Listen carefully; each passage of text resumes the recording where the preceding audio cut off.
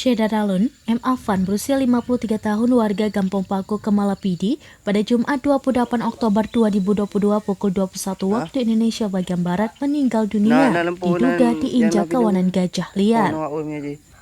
Kondisi tubuh petani tersebut mengenaskan akibat diamuk kawanan satwa liar di kebunnya di kawasan Lung Ala Gile Barat, Kemala.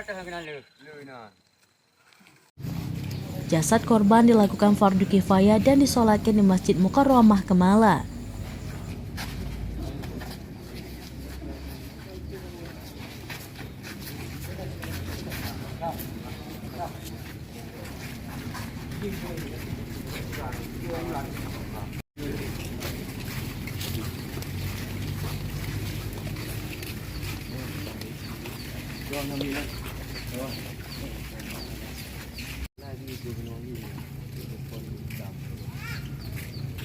Puluhan warga mengantar jenazah korban ke kuburan umum desa setempat dekat ruas jalan Kemala Tangse.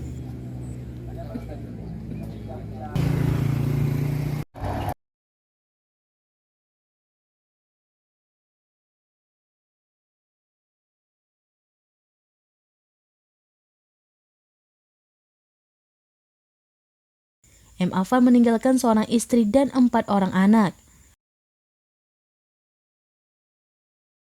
Rumah duka almarhum ramai dikunjungi warga, termasuk Ketua DPR KPD Mahfuddin Ismail. Dari PD, Muhammad Nazar, Serambi On TV.